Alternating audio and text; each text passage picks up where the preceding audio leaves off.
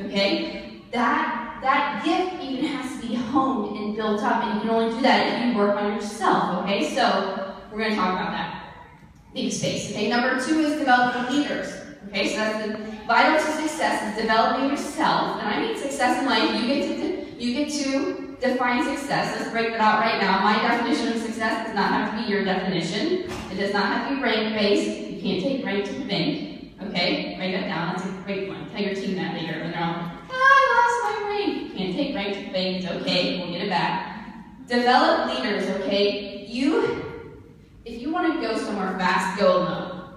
If you want to go far, go with a big, old, awesome group of people. Now, I did not say that quote exactly right. I put some Sommer flair up in that. But if you want to go far, you're going to have to go with a group of people. My friend Casey Wallace, also a 2-star diving coach, she says, don't get to the top of the flagpole like a monkey showing your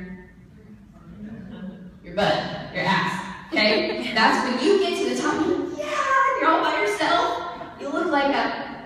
You see what I'm saying? But if you go with people, right, you take everybody with you. You help enough people reach their goals, you'll naturally reach yours. When you get to the top, you won't look like a...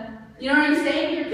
It's so much richer. You have got to develop leaders to succeed in life and to succeed in business. So, everything rises and falls on leadership. Everything. I mean, from this business to your family, to your friends, as a mom, as a dad, everything. Everything rises and falls on leadership. And leadership is what's needed between you and success. Success in the home, success in your faith, success in marriage, success in this business, okay? But first, and this is coming back to number 1, first, you have to be able to lead yourself.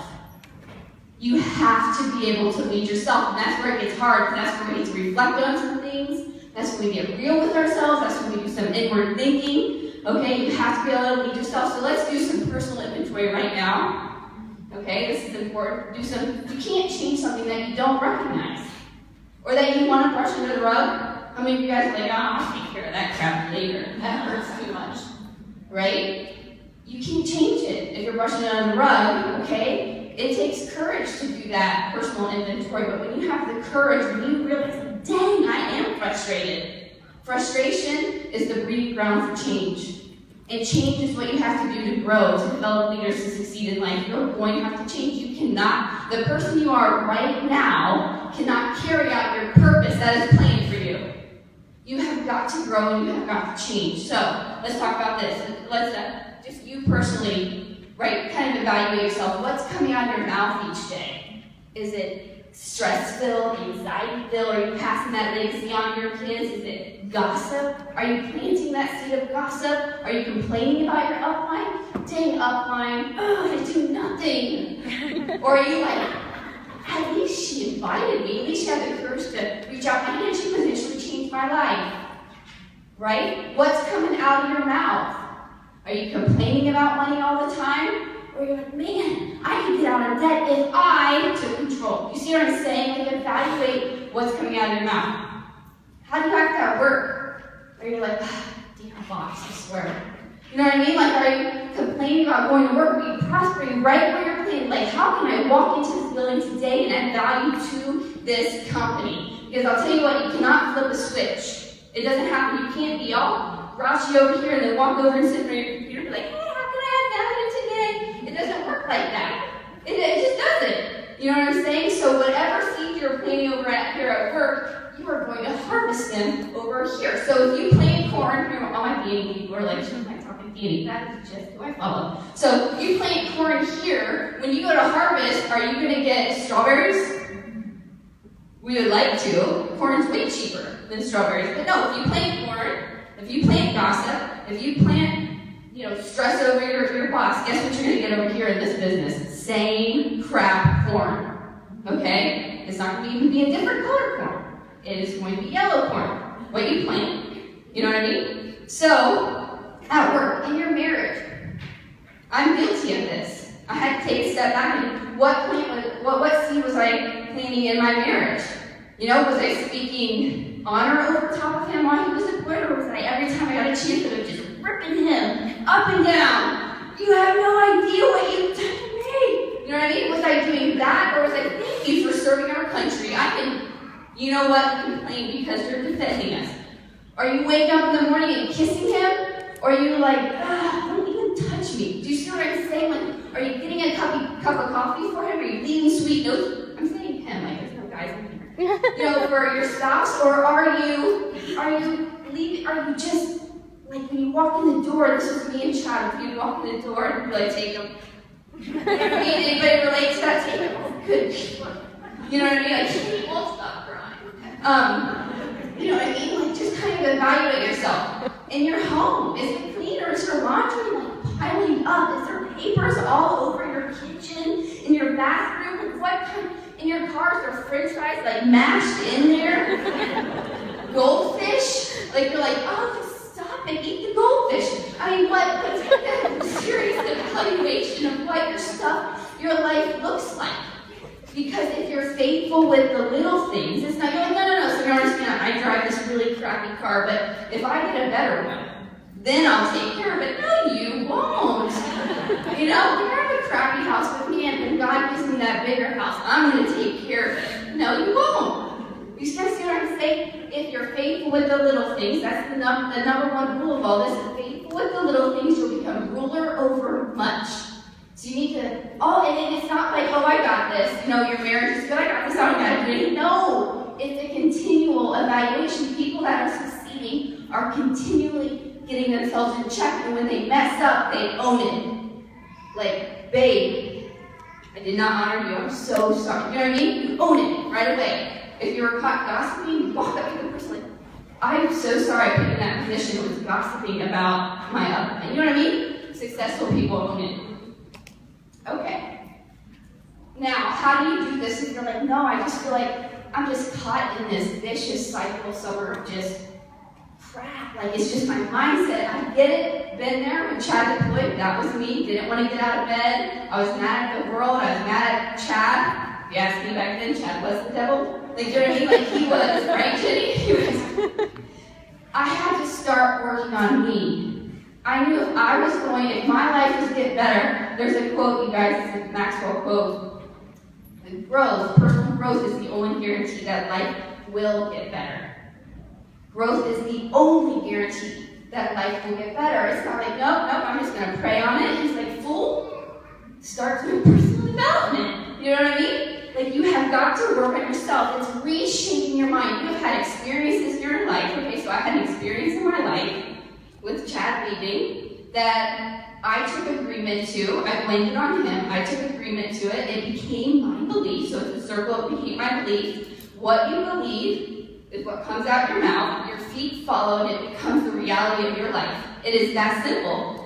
It is that simple. An experience. You have to break agreement with that. And the only way to break agreement is to reshape what's going on up here. You have to reprogram all those years of what maybe your mom and dad told you about dreaming, what your mom and dad told you about finances. Like, have you ever, everybody has a car payment. Like, who came up with that? Like, I'm pretty sure everybody has a credit card. You know what I mean? That's, we have to reprogram ourselves. Like, no, I can be financially free, but that took me 4.5 years, and then I swallowed another stupid pill, bought 2 really expensive cars, and then I had to pay them off all over again. So it's this continual reevaluation and owning it, but it starts right here, because what you believe is what you can see. What you believe is what comes out your mouth, your feet follow, and your feet, your actions, not my actions, not your mom's, not your spouse's, not your uplines. They don't create your reality. You have created your reality, and if you ask me, that is awesome, because you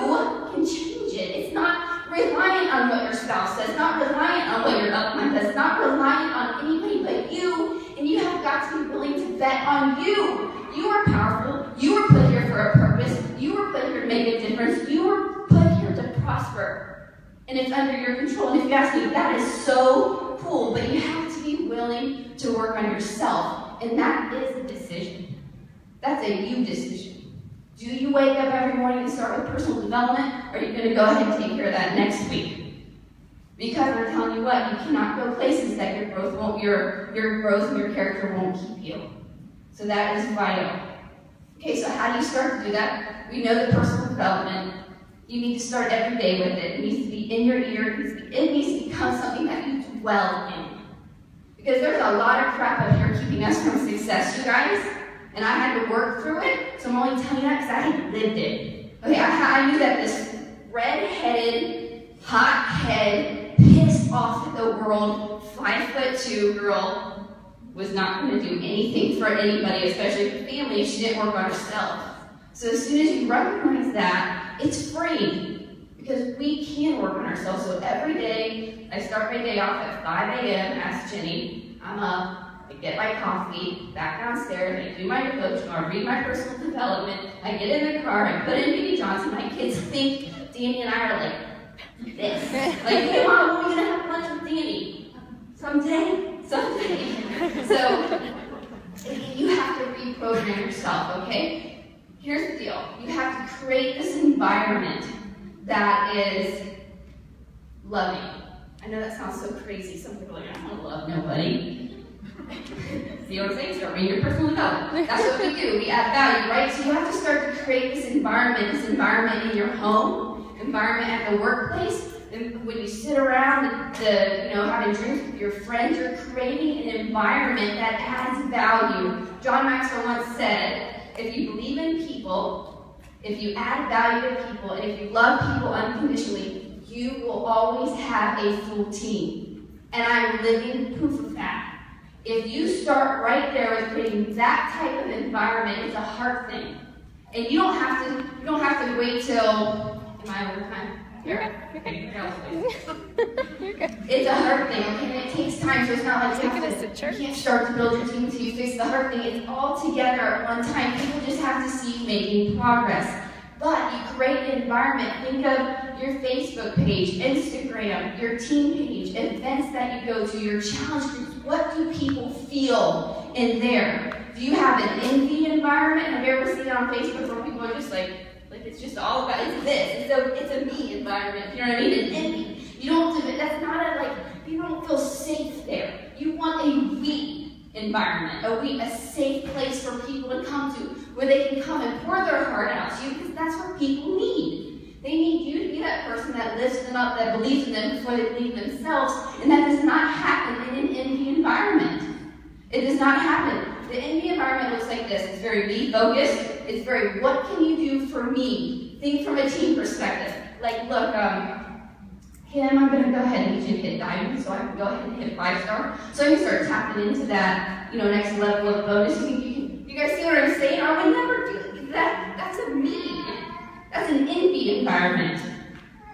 A we environment is humble, it's relatable, and it's an environment where you don't buy into your own hype. You guys understand? Tracy Morrow said that, probably that a long time ago. Don't buy into your hype. Don't buy into your rank hype, or your status hype, or your worldly hype. Buy into your heart hype. What's in here? This is what matters. You gotta start to focus on creating that type of environment in your home, on your Facebook page. Self-evaluation is important. Every weekend, I evaluate how I did as a mom. But I was like, dang it, I fell short again. How did I do as a wife? What can I do better? How do I do as a leader? That is where we change, you guys. You have to ask yourself, are you creating a we environment at home in your marriage? Are you going on date night? How many people go on date night? Once a week. Yes.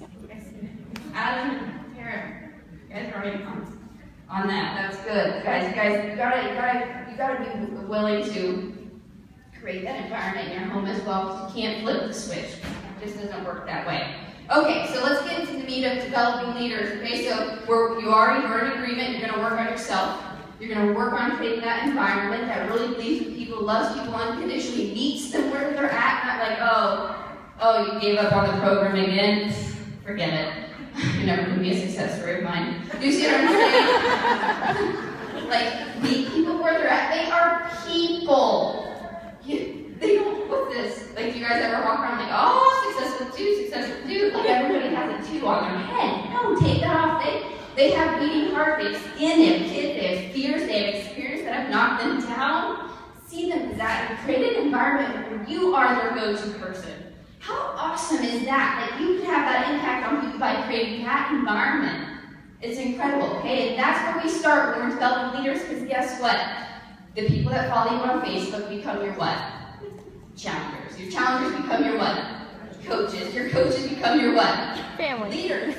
Which is your family, exactly, right? So that process starts way before someone jumps in your team and they hit success level 50 and you're like, oh, I love you. Like, no, you know what I mean? That started way before that we start to recognize these people as humans and creating that type of environment. So these people start out followers of yours. Before they start out leaders, they're trusting you. You have influence on them for one reason or another. You touch their heart. Okay? People ask themselves 3 things. Here you go, Jenny. She's probably like, is there a, can we get a bullet point? Got it. Ask themselves 3 things. Do you love me? These are what your followers are asking. Do you love me? Can you help me? And can I trust you? Your followers, the people that are going to become your leaders, are going to ask those 3 things. And if those 3 things do not check out, guess what? They're never going to become true leaders of yours where you have influence over them. And that's what you want. You want to have influence. You want to guide them in the direction that is good for them and help them build the life that they want. So this process takes time. It's not a get rich quick. It's not a develop. You're walking out here like, I'm developing leaders tomorrow. No, it's a crock-pot business, right? Anything worth fighting for, anything worth doing takes time. Okay, our challengers they don't do one 21-day fix where we are looking in the mirror, they're like, done.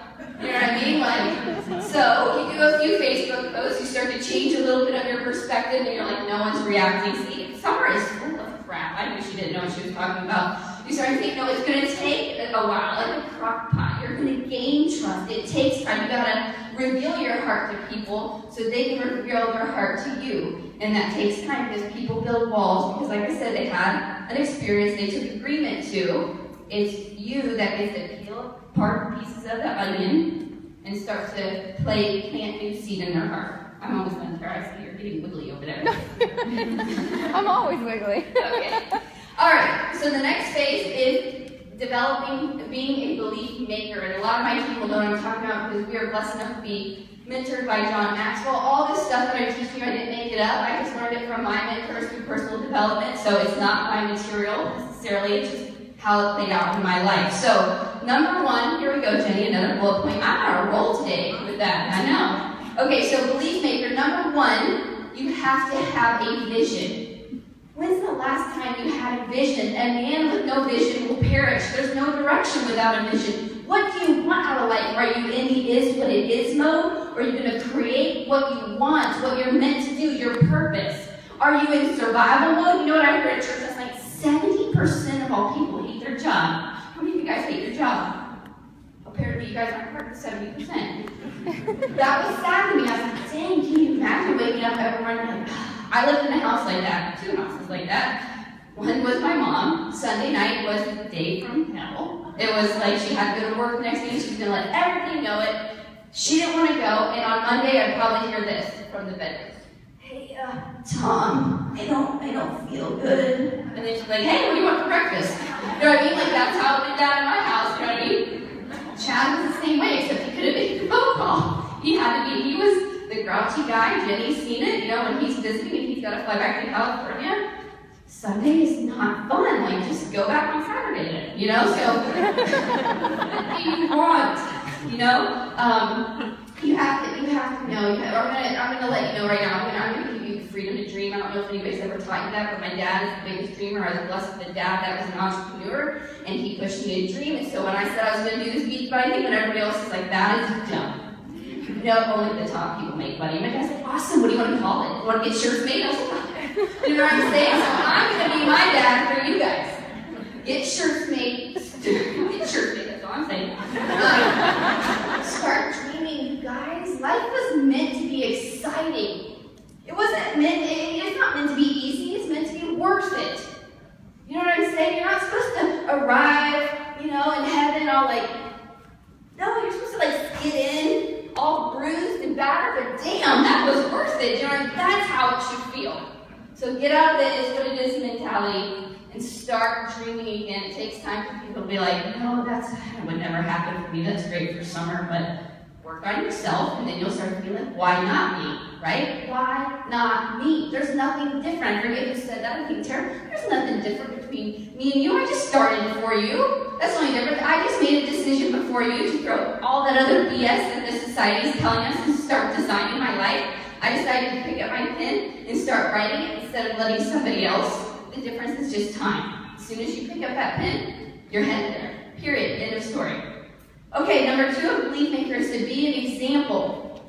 Okay, listen, the first 6 months of something, people believe what comes out of your mouth. After 6 months, they think you're full of BS.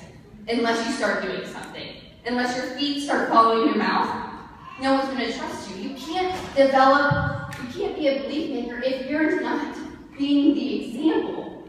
Okay, and I don't mean being perfect, but if you're telling your team to be at Super Saturday, and then you're like, come up with every excuse not to be at Super Saturday, and you're like, yeah, I just had this came up, and then the next time you're like, oh, this came up, guess what, 6 months go by, and they're going to think you're full of BS.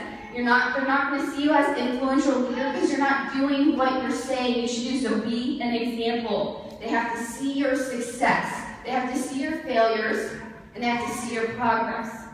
Okay, and so if you say you're going to do your business activity tracker, and I was like, what's a business activity tracker?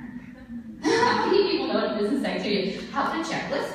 If you say you're going to do it, do it. If you want your team to duplicate you, your kids duplicate you. How many of you guys, like in our house, it took a while, but if I kept telling Griffin, like, you need to work out, hey Griffin, you know, you shouldn't eat donuts all the time, but then I'm sitting over there eating donuts, like, Griffin, stop eating the donut. I mean, that sounds ridiculous, right? But it's true. It's the same thing with our team. If we want our kids to make healthy choices, guess who they look to for the example? Us. The same influences on your team, the same influences for the people in your life. So the people that are jumping on board, they just don't believe you yet. You may have jumped and jumped and jumped, and you tried this program, and after 10 days it was boring, and you tried this quick fix thing. Just be an example of it. I'm telling you right now, if you do a program and you follow it, and you drink your Shakeology and you show up every day, you will get results. Not maybe. I tell my child, not maybe. The only deciding factor is you.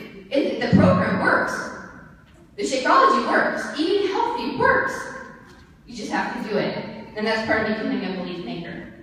Number 3 is exposure. You have to edify your upline. You have to talk, you have to honor your upline. They have the courage, I almost said something else, the courage to invite you to this business, right? So focus on that. Maybe they don't hold your hand through everything. Maybe they didn't give you all the tools. Maybe that's a blessing, honestly. They shouldn't be helicopter uplines, like helicopter bombs. I just thought of that. That's a good one. Don't be a helicopter upline, because you guys have got to have small victories, and I'm going to get to that in a second. But ask to speak on team calls. Ask them, hey, how can I add value to the team? Can I help in the challenge group? Write handwritten cards to the people that do trust you, that have jumped on board. Don't just be like, boom, Success Club 5. No, write a note about how excited you are about their changes and that they trusted you with their life. That's what they have done. It is their life that they've trusted you with. This isn't about some program. This is about real people making real changes and changing their life and believing in themselves again and a sense of accomplishment. Thank them for trusting you, because they did not have to. Voice messages to your coaches. You know how good that feels to get on, you guys know on Facebook, you can send voice messages. They can feel your passion. Like, tell them how much you love them, how much they mean to you, how much you appreciate them, how much you need them, their value and the challenge and what they provided. Find something. You might be like, none of them got nothing. Everybody has something. Find something to edify. Let people know that you need of you guys, because it's important. Okay, because people are going to ask 3 things. Does anybody remember what the 3 things were that y'all write that down? I don't see it in my notes. Do you love me? Can you help me? And can I trust you? All right, you guys. I'm going to wrap it up right here. Every day, think about it this way. It's a mindset shift. Creating a culture on your team, in your life, of every day I add value. How can I add value? There's a commissary story why I put my coach off for so long in this business. Because there was this lady that every time I saw at their commissary, that's the grocery store for the military, but every time I saw her, all she saw with my face must have looked like huge dollar signs. Little did she know that we were $100,000 in debt and I wasn't buying crap. You know what I mean? But apparently there was dollar signs on me, and she always tried to sell me something to the point where when I saw her, it was like this. And Griffin's like, Mommy, what are you doing? Don't worry about it. Right? Okay, I did not feel as if she valued me as an individual whatsoever. Okay, and that kept me from doing what I do now for a long time. And once I signed up, I didn't do anything for a year until I heard Tracy Morrow say, if you're real, if you're raw, if you're genuine, if you share your heart, no one will receive you negatively. And I built my business on that foundation, you guys. If you help enough people reach their goals, you will naturally reach yours. Write that down. It's not about you. It's about how many people that you can influence, how many people that you can be that bright light in their life that they don't have. Their life might be really dark, and you're the only star. You're the only star. And if your mindset is this, guess what? You just put your own star out. And they're still dark. You did nothing for them. Okay, so care more about the people than the product. Care more about the people than the product, and you'll be unusually successful. That's